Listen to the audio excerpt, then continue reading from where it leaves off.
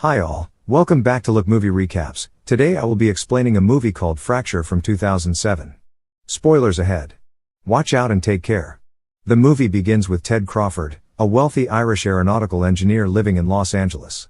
Finding the smallest fractures in aviation systems is part of his job. Ted hurriedly leaves after presenting his colleague with a simple flaw he had discovered, without waiting for the algorithm to confirm it. Shifting to a couple having an affair, with the man being Lieutenant Rob and the woman, Jennifer Crawford, who is also Ted's wife. Ted pulls off to the side of the road.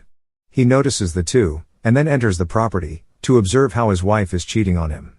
Next, Ted's wife is driving home, and as she enters the house, Ted appears out of nowhere. He tries to kiss his wife, but she is uninterested, and tells him she is going to start dinner. He asks her about the affair. She apologizes, but he takes out a gun and shoots her in the head. The gardeners hear the shooting and approach closer to check.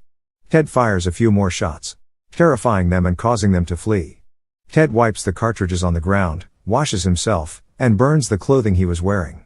After the gardeners report the incident, the police arrive.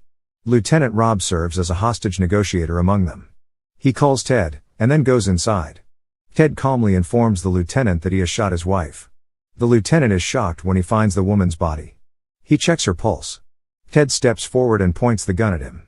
The lieutenant grabs the gun and charges at Ted. The lieutenant repeatedly hits him in the face but is stopped by the other cops. Ted is apprehended and arrested by the authorities. Fortunately, when the doctors check on Jennifer, they discover that she is still breathing. Next, we are introduced to Willie, a deputy district attorney. His co-workers call him about Ted's attempted murder case. Since there are witnesses available, and Ted's confession, Willie believes this will be a simple case, so he decides to handle it right away. Ted doesn't request a defense attorney at the preliminary hearing, because he wants to represent himself. Both the judge and Willie are surprised that he is in such a serious situation and advise him to accept a lawyer. He is however adamant and asks to be transferred to the trial as soon as possible. When he is told that the district attorney's office can change prosecutors, he states that he likes Willie and doesn't want to change him. That evening, the lieutenant goes to Willie, to warn him that there is something unusual about Ted, but Willie is confident that he will win the case, because of the available evidence and admissions. He meets Nikki Gardner, who introduces herself as his boss. He begins to flirt with her, but a phone call from Willie's colleague interrupts their chat. It states that the weapon they found at Ted's house was never used. In addition, Ted never left the house that night after committing the crime, until he was arrested, therefore, he did not have a chance to change weapons. Willie returns to the crime scene the next morning to investigate. He discovers that Ted had no gunpowder on his body or hands. Nevertheless, 4 bullets are missing from the cartridge. However, there are no fingerprints on the 4 cartridges. He insists that the weapon is still in the house, and instructs his friend to continue searching, then leaves. He returns to his office and is handed a file containing the evidentiary documents for the case, which he had properly provided. When he opens it, he notices that each sheet has the word "no" scribbled on it in red pen. He goes to find Ted, and discovers, to his amazement, that he reads him like a book. Ted reveals that he has hired a secret agent to find out a lot of personal information about Willie. Ted teases him by inviting him to become his defense attorney, suggesting that he has a chance to switch sides before things get ugly, but Willie refuses. Before leaving, Ted tells Willie a story from his childhood. His father, an egg farmer, asked him to inspect the eggs, and put the good ones and the bad ones in the bucket in the oven. He put 300 eggs in the oven bucket, because he discovered flaws and weaknesses in all of them. He reminds Willie that if you look closely enough, you can find flaws in anything.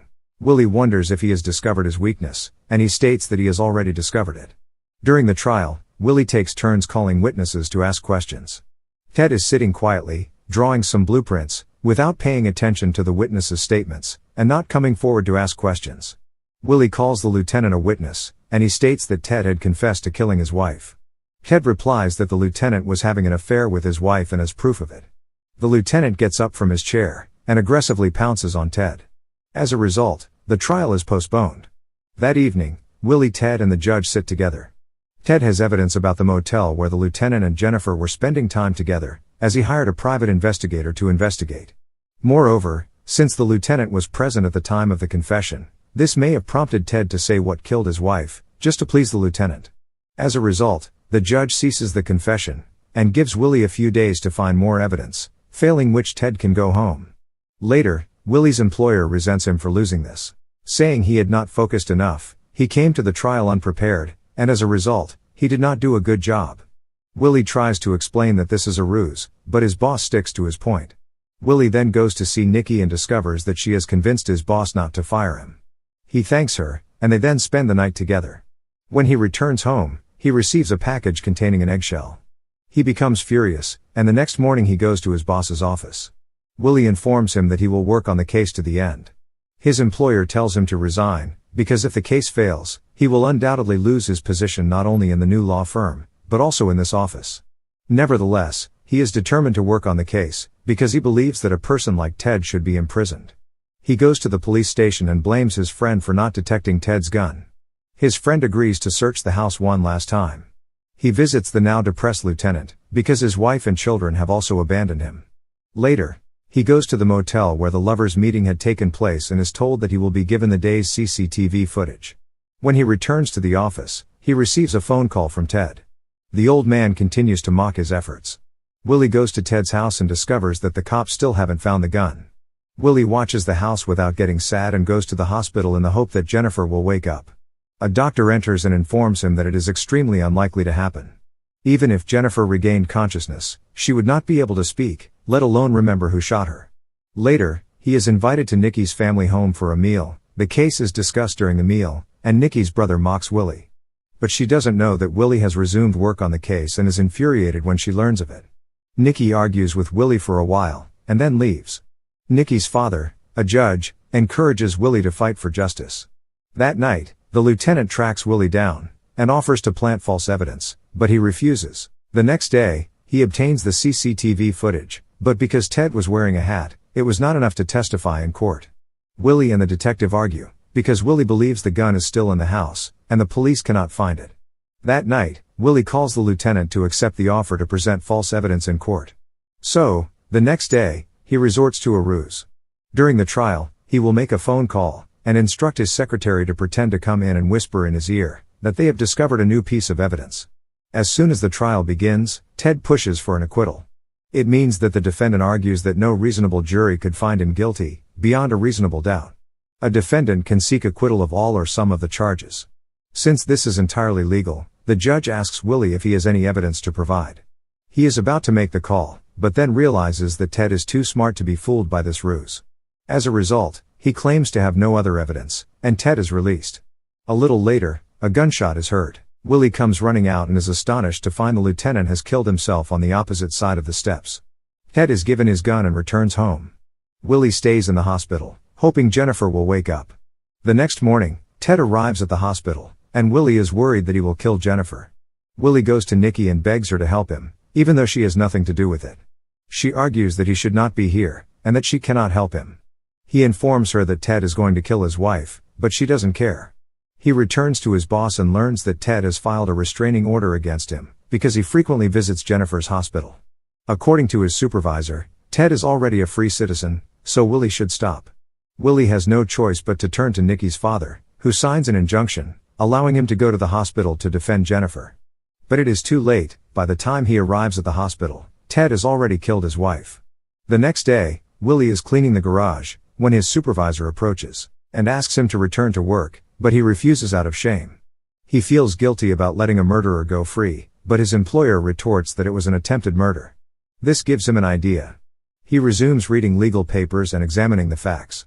He meets with his detective friend, and when they put the phones next to each other, the detective mistakenly picks up Willie's because the two are identical.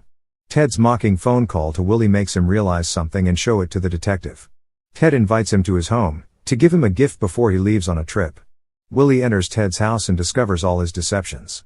Willie found out that he bought a gun just like the lieutenant's, then went to the motel to exchange the two firearms. When the lieutenant discovered Jennifer on the ground, he changed the gun again. He knew that the lieutenant would take his gun to present it in court, so he made the switch again. Ted smiles, confirming that what Willie said was accurate, and criticizing the lieutenant for carrying the weapon they had so desperately sought during the trial. Ted claims that he used only one gunshot, and killed 2 rabbits.